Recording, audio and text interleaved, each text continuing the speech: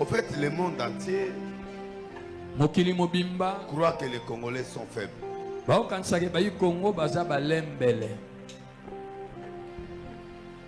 Le monde entier croit que le peuple congolais est naïf.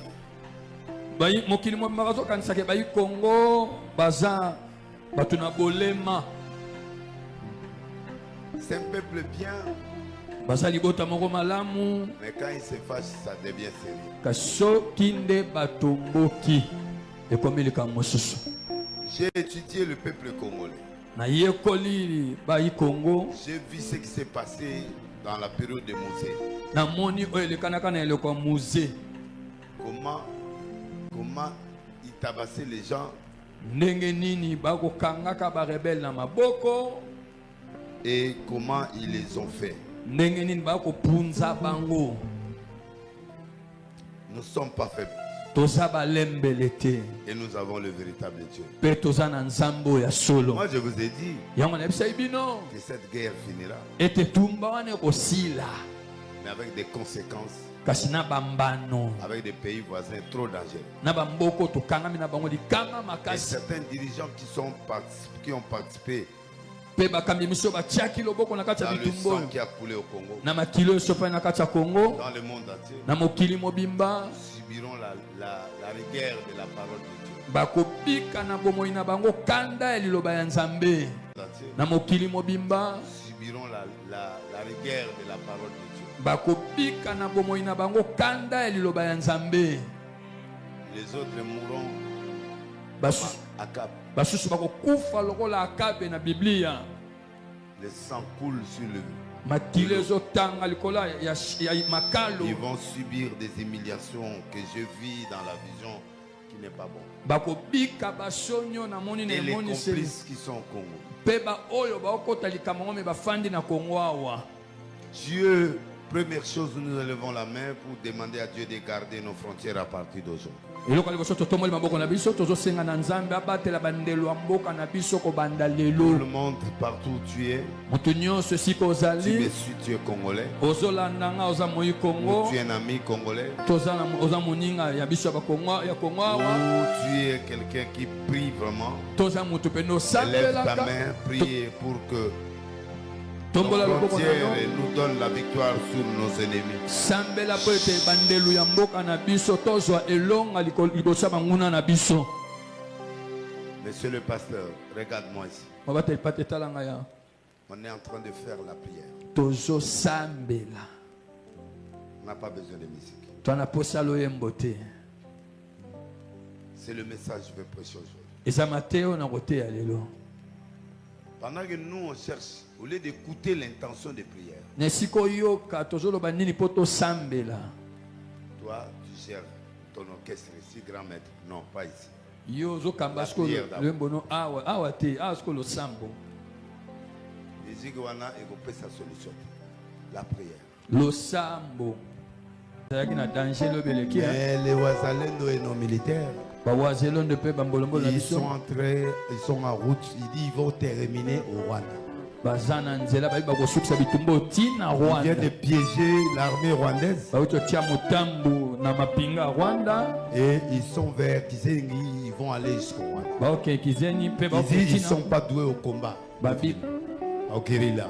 Mais maintenant là, sikoyo nous parlons là, toloba. ils sont en train d'avancer pour aller récupérer certains territoires et entrer. Baoke zo ba mabele mususu bambolombo bazwaki on pe bakota Que tina tout Rwanda. Congolais prenne 5 minutes matin, midi, soir pour la guerre de l'Est. Congolais nyonso azwaka 5 minutes tongo midi poko pona kosambela pona guerre na biso oyo za Tu as des armes à main. oza na manduki na maboko. Nous n'avons pas lutté contre la chair et le sang, Bitumba na biso eza ya nzoto te makila te mais spirituel. ya molimo C'est plus dangereux. eleki likama. Que Dieu mette la confusion dans l'armée rwandaise. Nzambe atia bulubulu na mapinga wana ya Rwanda. Élève la main, dis à Dieu Tombola loboko bana de Nzambe garder nos frontières et nous donne la victoire sur nos ennemis. abatela bandelo ya mboka na biso apesa biso elonga liboso ya banguna na biso. Prions au nom de Dieu. Tosambeli haleluya. Papa tombola mongo na yo. Papa toye kozongisa bandelo ya mboka na biso na maboko na yo.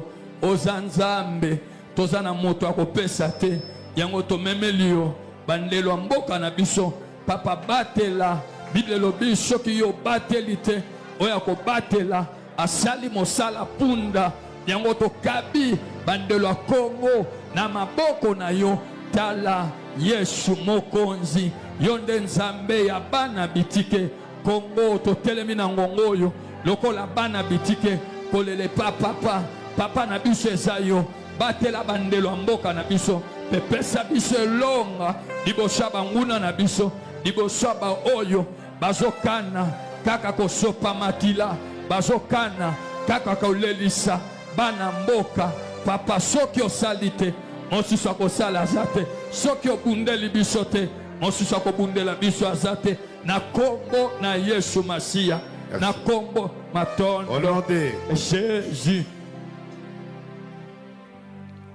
Que Dieu amplifie les bombes, les armes utilisées par nos frères et sœurs. Qu'il multiplie ça.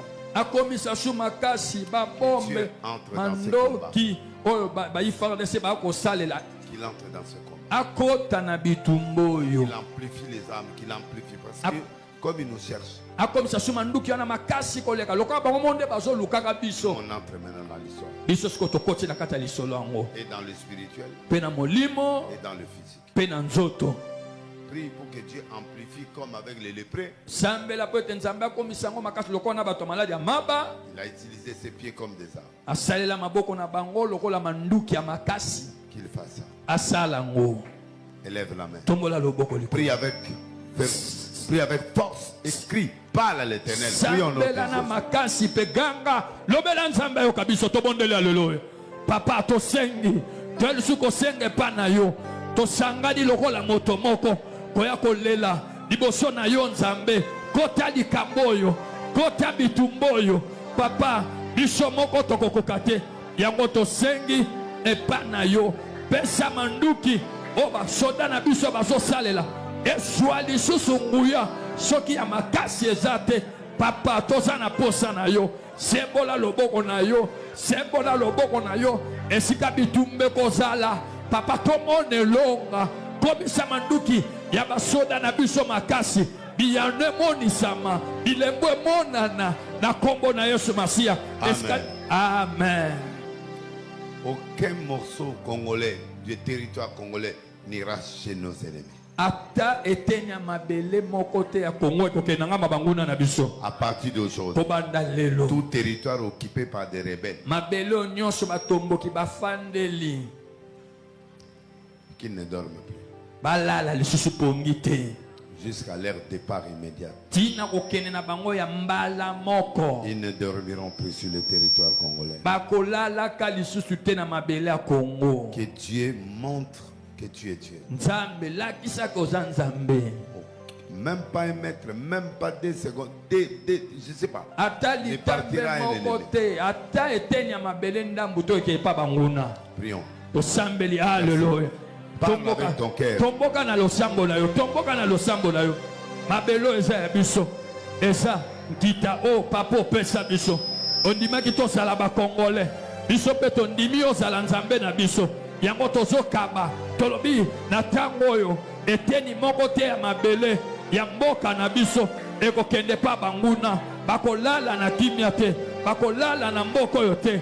Na mabele na biso bako bima, bako kende na kombo na Yesu Masiya moko te bako bima bako kende au nom de Jésus po ete eza mabele na biso oyo pesi biso opesa bakoko na biso lelo eza ya biso yango na kombo na Yesu. Tu veux que seulement que je viens ici soit là? Yolingi kaka jive azalaka. Il faut qu'on vous apprenne. Ene onoke balakisaka yo ou vous tobino. Faites un bon travail professionnel. Vous prenez quand même un peu d'argent, non? Faites un bon travail. J'attire l'attention du monde entier et de la communauté internationale. Si vous voulez rien faire pour nous, notre Dieu fera. Le regard est seulement en Palestine là-bas. Mais il y a des gens qui meurent ici. Des milliers pendant des années. Vous intervenez seulement pour les Palestiniens.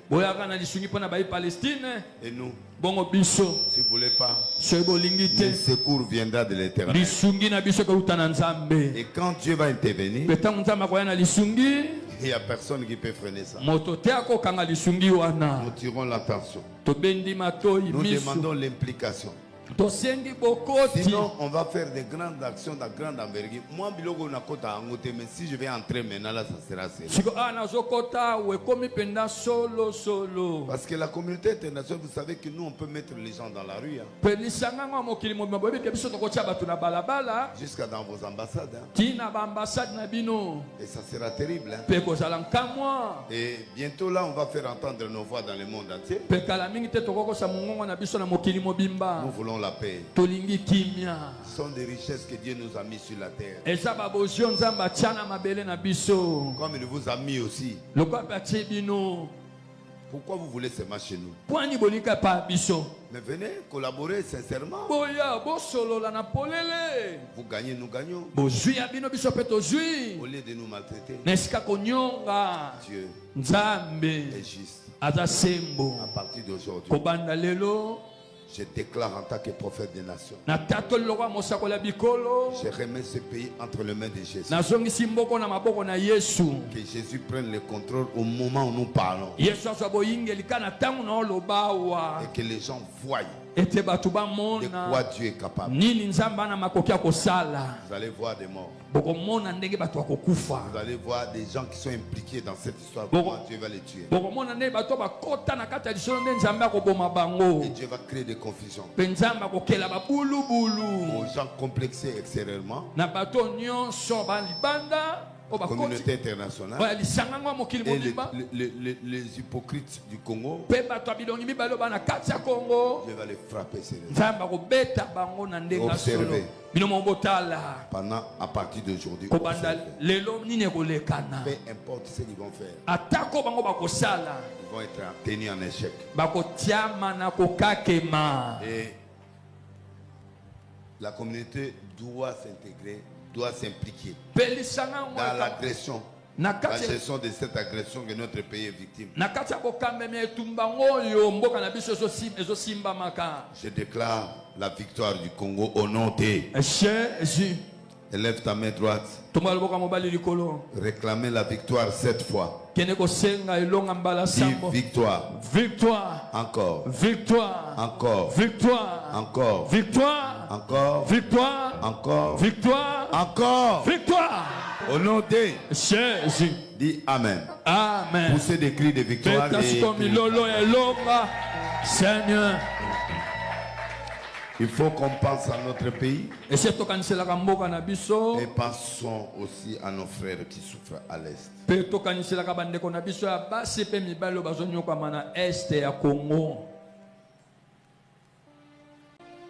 Première chose que tu dois faire attention dans ta vie spirituelle, d'écouter ce que Dieu te dit. Président partenaire, le mercredi, je te dis ceci. Faites un geste. Et Dieu te bénira. Tu es parti m'acheter. Le kwanga, tu m'envoies. Est-ce que c'est normal? On ne peut pas donner à un leader ce que tu as déjà fait quelque part. Non, non. Ou tu achètes la chèvre, ou tu achètes le poisson, ou tu achètes quelque chose. Maman, le monde a changé. Hein? Tu peux donner un cadeau de quelque chose que tu as préparé. Si je meurs avec une autre situation, c'est toi qu'on va arrêter. J'ai une famille. J'ai les cuisiniers. Et ces gens-là sont chargés de ça. Je n'ai pas mangé. Par respect. Mais c'est pas bien pour toi. Parce que comme nous on est là, on ne peut plus manger comme ça. Non. Je suis sécurisé. Je dois me protéger. Donc je ne peux plus aller chez les gens manger n'importe comment, non. Non, je ne mange plus chez les gens. Et c'est compliqué. Le monde a changé. Rectifie ça. Le ciel et la terre. Le ciel et la terre. Le ciel et la terre. Merci. Nous sommes en train de voir les 3 premiers versets de Genèse et les 3 derniers versets de l'Apocalypse. Et nous sommes dans cet enseignement qu'on appelle Ijon. Ijon veut dire parler avec Dieu. Invoque-moi et je te répondrai. Et je te montrerai les choses cachées et que tu ne connais pas. Il y a des choses que tu ne connais pas. Mais Dieu, le maître de temps et de circonstances, il va t'expliquer certains mystères que toi tu ne connais pas. Personne ne connaît. Je dis personne ne connaît.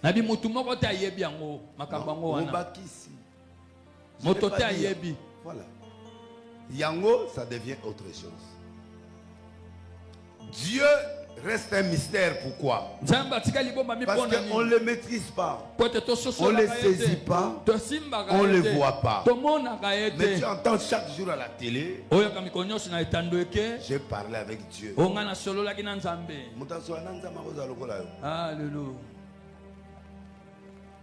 Quand Moïse a parlé avec Dieu pendant 40 jours, il est descendu. Les gens qui le voyaient, sa figure brillait. Croisez Dieu, tu restes la même personne. Demandez à Zachée, quand il a croisé Jésus, il l'a fait descendre, il l'a amené chez lui à la maison. Dis-lui ce qu'il a fait. Les Bartimée ont croisé Jésus. Dis-moi ce qu'ils ont vu dans leur vie. Il était aveugle, il était mendiant, il a changé. Demande à Jésus. Ou demande au brigand qui était à la croix. Quand il a croisé Jésus, il est au ciel. Il attend. Le jour où on sera au ciel, vous le verrez. Demandez Barabbas. Quand il a croisé Jésus dans le chemin de la mort, les prisons sont ouvertes pour lui. Jésus est mort, lui il est revenu. Quel est le Dieu là que tu as croisé? Que tu parles avec. Que tu es la même personne comme je te vois là. Et les prophètes restent le même personne. Moi je me pose la question. Quel est ce Dieu là?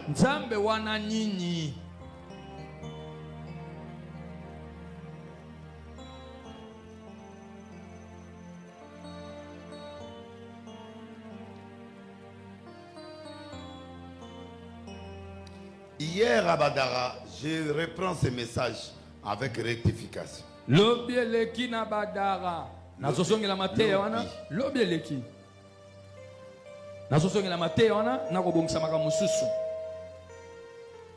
m'a dit de reprendre. J'ai préparé un message ici, Dieu me dit non.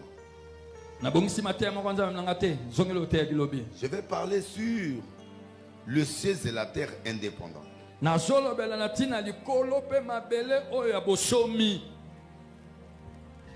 Ne crois pas que parce que je suis Dénilé, que je suis Dieu. Non, moi je ne suis pas Dieu. Je suis un canal.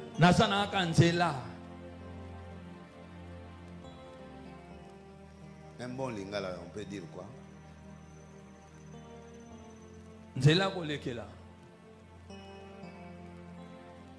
C'est pas vraiment. On doit aimer moi lingala bien, on va expliquer dessus.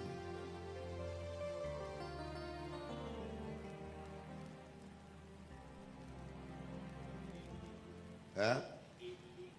Elekelo, voilà. Merci. Je ne suis pas Dieu. Parce que Dieu peut te récupérer sans pasteur, sans personne, lui-même il vient chez toi. Amen.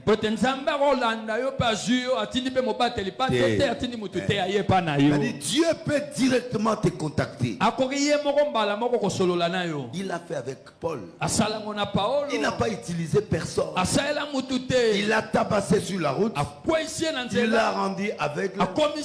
Il l'a pris en charge lui-même. Il est entré quelque part, lui-même a organisé, qui va le délivrer, qui va le baptiser, qui va le former. Dieu n'est pas ton grand-père. Il est puissant et il est la solution lui-même. Si tu ne veux pas acclamer, il prendra des pierres pour acclamer. Sache ça. Et t'enorgueillis pas serviteur. Si tu ne fais pas l'œuvre de Dieu, lui-même le fera. Amen. Qui a prêché Paul? Personne. Ni apôtre, ni personne.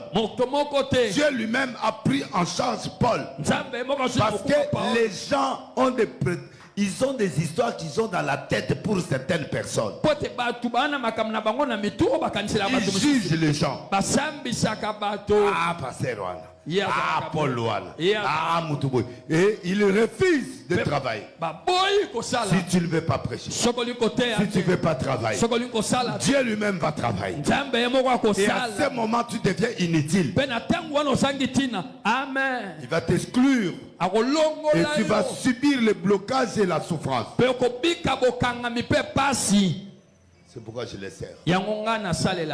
Malgré mes faiblesses. Malgré mes problèmes. Je suis prêt à les servir. Parce que je sais qui il est. On ne fait pas du chantage à Dieu. Donnez-moi un grand amen et je vais parler. Amen.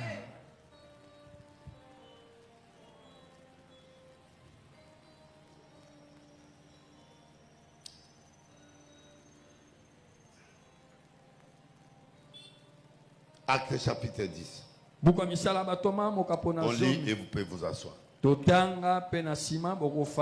Il y avait à Césarée un homme nommé Corneille. Centenier dans la cohorte dite italienne. Si on le met aujourd'hui général ou colonel ou général. Et cet homme était pied. Yoganga bien. Craignez Dieu. Avec toute sa maison.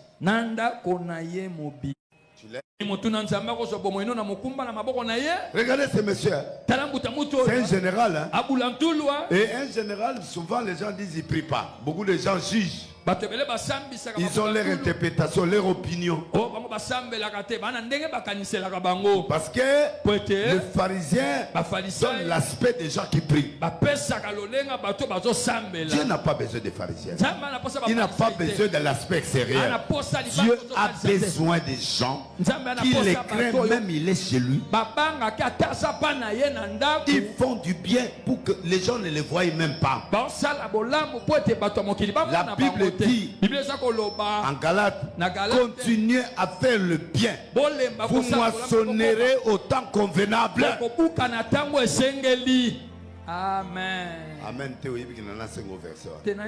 Merci. Amen. Galates chapitre 5. Merci. Vous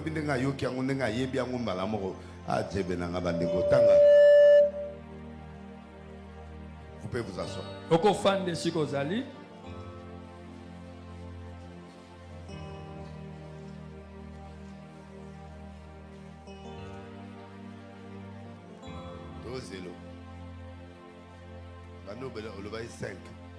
Non, on a vu Galates.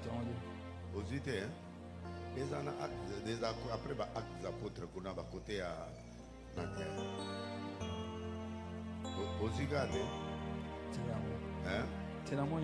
Merci. Joie 5, chapitre 5.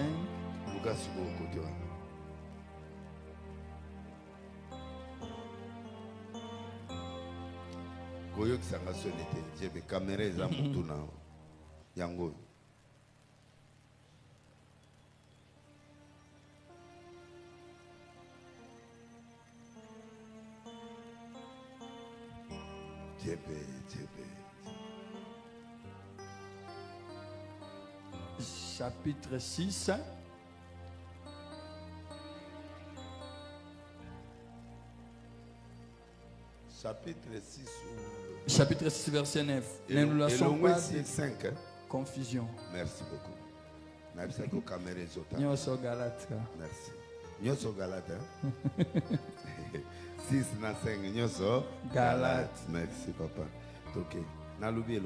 Ne nous laissons pas faire le bien, car nous moissonnerons au temps convenable. Ne nous lassons pas de faire le bien. Continuons. Et nous moissonnerons au temps convenable. Tu n'es pas Dieu pour réglementer les réponses et le timing. Que Dieu vienne te faire comme tu le veux. Pour atteindre ce niveau-là, il faut faire de l'éternel tes délices. Mais niveau na otalela yo comme si nzambe délice. Amen. Poko mana niveau ko senga nzambe biloko yo lingi, il faut comme ça nzambe asanani. Akoma biloko yo lingaka. C'est-à-dire nzambe akomi priorité na yo total. Nyonso ya yo esaye. Obi to aba courager e bandimi netozaka. Nzambe na besoin lupango. Obi ki yo yo ka sonete mama. Il faut le mombo, au monde ba courage amana ba budena ba to ba teka na nzela. Ko zo ka ba courage wana te po nzambe a niveau wana ti. Amen. Fais de l'éternel tes délices. Et il te donnera ce que ton cœur désire. La priorité, c'est l'homme en général. Mais chaque jour, il fait des dons aux pauvres. Il prie. Il craint Dieu, lui et toute sa maison. C'est-à-dire qu'il est pasteur lui-même. Avec le paix qu'il a. Quand tu as la foi comme le grain de sénévé, tu peux dire à cette montagne, ôte-toi. C'est-à-dire, Dieu ne compte pas la quantité. Dieu regarde toi comment tu t'investis pour lui. Comment tu t'investis sur la chose spirituelle. Quand l'heure de la prière arrive, comment tu réagis. Non. Il faut que Dieu te bénisse. C'est le pas seulement craindre Dieu. C'est-à-dire l'empressement que tu as. Le respect que tu as pour les choses de Dieu. La peur que tu as de rater un kill. La peur que tu as comme David en coupant l'habit de Saoul. Il dit c'est un oint de l'éternel. Ses amis lui disent tue-les. Il dit non. Regardez la crainte qu'il a pour couper l'habit. Pour dire que papa, mon Seigneur, tu veux me tuer. Mais regarde, je l'ai coupé, mais je tremblais pour te tuer. Dieu te me l'a donné. Je pouvais t'achever. Où est ton épée? Voici j'avais ça. Je pouvais t'achever. J'ai eu la possibilité, mais je ne peux pas le faire. Parce que Dieu m'a dit que tu es ouais. Mais Dieu l'a rejeté. Mais lui continue à le rejeter. Parce que lui n'est pas Dieu. Lui, il est son Seigneur. Son Seigneur. Mais Sur le plan spirituel, Dieu est Dieu. Il peut décider ce qu'il fait. À quoi qui est. Amen. Mais à Yébisi David est comme on est moto roto ça a été pour la scène. Jamais. Il continue à respirer. Quand tu es chez toi. Quand il est mercredi. Comment tu gères ces jours-là? Tu t'en fous? J'ai pas de ticket. Je suis fatigué. Tu restes et ne demande pas mon Dieu. Parce que tu n'as rien. L'empressement, le souci que tu as. Ton souci pour l'œuvre de Dieu. Si tu rates un kill, tu rates une offense, tu rates quelque chose de spirituel. Comment tu es? Comment tu dors? Comment peux-tu dormir? As-tu demandé à ce monsieur s'il est serviteur de Dieu ou pas?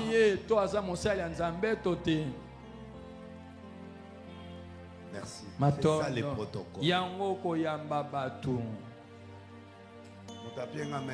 Amen. L'empressement. Dieu regarde l'attitude. Attitude des Israélites. Didier. Attitude.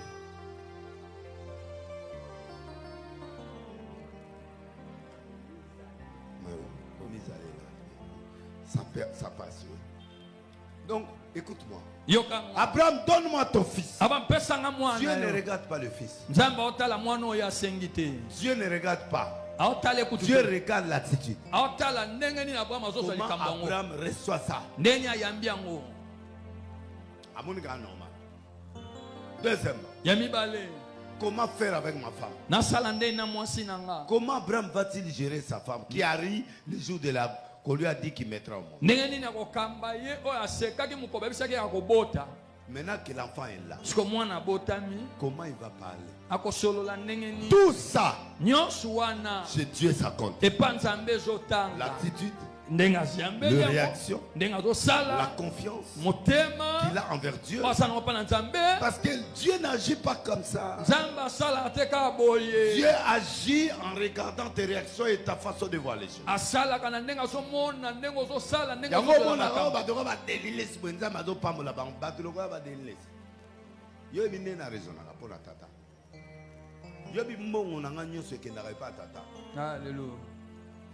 Je lui donne tout.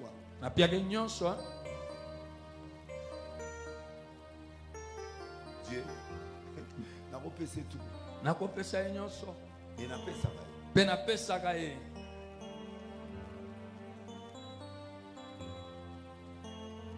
Bampate wa pesinga ça dit banananga. Na famille nanga. Je m'empresse balala kanzala te. Mi pesa. Il n'avait pas nanga nzale kota te. Pour moi nanga ndenga zana za priorité ba nanga de baza. Kuna matina wetu. Ba nanga ba vivre le la presse. Nana nga soki extraté nana mbongo soki extraté mais moi nanga ifanya. Azala bien alata bien. Na kota même magasin na poto que nana so mi da valise pour la bana. Eh. Ali akako. Grâce ezanga. Nazanga nyoso sauf minéral. Amen. Nazanga nyoso sauf esengo na bango. Parce que soko yebi ko gérer brébité. Ata ya yote, okoyeba pe ko gérer ba brebis ya batute. Amen. Dieu regarde. Quelqu'un qui a souffert pendant 25 ans. Abalate. Abotame, abalame, abotate. Amen. Moi, ça comme à 80, il y a comme à 100. Double ménopause, côté ana a fatigué.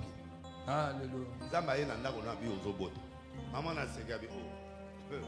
Siko muto ana asaboti mo anaye. Yo oya ko expliquer mon bali que non ndenge za popo yo muto memaki na libumote ngana âge à 80 ans na on mema zemi ya bana mibali na kati si na boti siko ya ko yebisa ka pesa ka mona na ke do boma nzamba sengi ako bima wa nzamba wa ao bima Debe, ayate. Akobima Ye moka ya osala. alobela penga. Que Alinga boma mwana oyo. Oyo a pesinga après 25 ans. Ya libalo na botaka te. Après Aboma ye. aya na mona ye. Amen. Yo non obi ba basinya nzambe te. Abraham a compris qu'avec cette femme là, je dois être sage.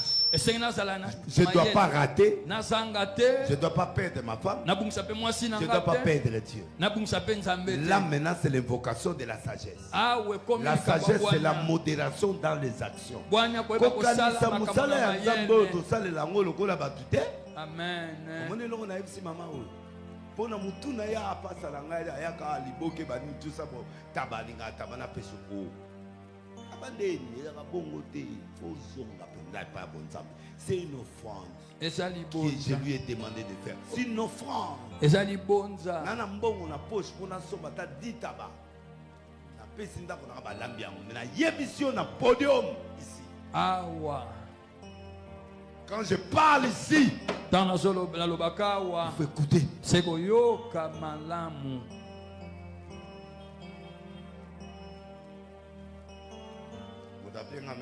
Amen. C'est ça la dimension des cieux. Yango ne bozindo ya balikolo. Boya l'église, tourisme te. Amen. Boya koyoka tata. Amen. Amen. Pour vie ça dans maboko na ye. Amen. Batu nyonso zo mono ba ministre ba président bana se na ye. Amen. Ba bia kanga open na 13h. OK, ma 13h5 avandi na ye matanga day national tokolela yo. Okotana na morgue. Abanga mutute. Amen. Abanga na. Nani? Dapenga men ya makasi aza. Amen. Tango tozwaka na toilette ya kolata ya kosala bo ya kosomba bilamba ya kosala tango wana nzambe pe atalaka tango nini opesaka ye. Amen. Empressement nini yosalela ndenge omipesaka mpona makambo nini yozala nango mpona arche oyo. Amen. mpo l'église oyo teyaka. Amen. me nga na okende poto neti bakao nazwaki ya bamarcelo wana nzambe alibisa me nakobwaka ti 10 ans ya suyo matina ebisinga bizonga mboka na yo eza na posa na mpo ndeni nzambe bizonga na soki baavoka pende bayebo babi occasion penalty bongo ata nazwi 10 ans na vandeleo na poto so nzambe abi akofongola na ye yo polo tete yoka nti okosala bambongo tozwaka na kisasa bato ya poto bazwaka vraiment tikala ofanda biso ovive na kini toa neti bana poto nde naza bwe mwana poto na olulende. Alléluia. Pour placer à côté nga pe na sali. Na koti. Na sombi na zone na olata na kisasa. Amen.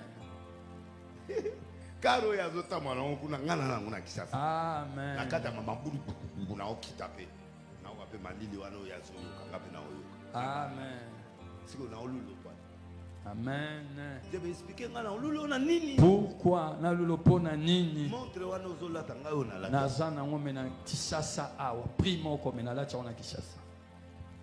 Place on a oswa kwanga na mpongo na lepe na leti bari basala nga lobi makoko. Alléluia. Basala makoko ya libuki. Et pas caro. Ayete ndamba pambola. Amen. Ma sœur, mon frère. Il n'y a pas plus grand que Dieu. Il n'y a pas plus amoureux que Dieu. Ce qui mouton il faut couper la net à tawana. Amen. Maman Tinayo.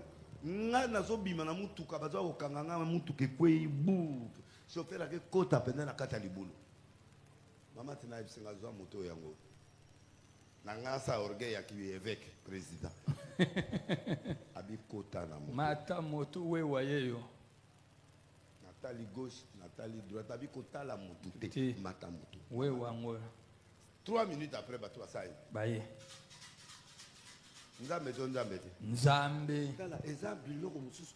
Eza la seconde kaka so raisonner ma besili OK. Amen. Maman nzambe il faut faire attention. Sala keba.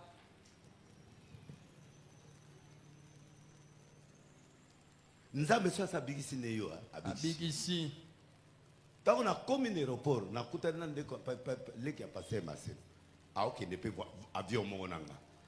Na barre eti na passer keno ya nani. Obi na barre ba ngona ke kota boutique mo bona vanga. Ta on a zongi na moni so ba bito mo na kiyo. Poto la kizo to la problème la yo. Mbangu mbamba avion ka ke yaka. To côté la carte d'avion to pesa ni so ba mbot. Lobi na banque na kuta na yesusu. Ndeko Marcelo a pasteur on to changer ba numéro to so liboni pasta on a la retraite. Tout ça, on a salué passer ma sollicitation. Amen. Donc, pourquoi qui me l'a dit? Mais le problème, ce n'est pas Moutouana. Le problème, c'est est-ce que à l'ongoli manque mounion so bako salayo. Mouta l'ongoli mezana. Nzambe. Tango okutala nzambe déjà c'est asilisa ki makamu. Asilisi moto. Moto chez Koufaki. Oye sangana sambela te. Vraiment. C'est ça le problème de ton problème, c'est Dieu. Tu as peur des gens. Tu veux plaire aux gens. Les gens ne feront rien pour toi. Il n'y a que Dieu qui peut t'aider, qui peut t'élever. Alors viens vers lui. Bats-toi pour lui. Viens prier. Viens écouter la parole. Pasteur Azala Zalate. L'esprit de Dieu, l'esprit de délice est là. Amen à haute voix. Amen. Quand Élise a pris le manteau, il dit j'ai vu cet homme déchirer la mer. Azui manteau anabwaki. Où est le Dieu d'Élie? Avant, Élie n'est plus là. Mais son esprit était là. Et il a mis son esprit. Mais la mer s'est déchirée. Tu veux seulement ma présence? Mais je suis là. Mon aura est ici. Mon esprit est ici. Ces gens travaillent avec mon esprit. C'est pourquoi quand dans une église, un pasteur ne m'imite pas, il ne travaille pas avec mon esprit, Dieu ne le bénira pas. Parce qu'il ne travaille pas avec mon esprit.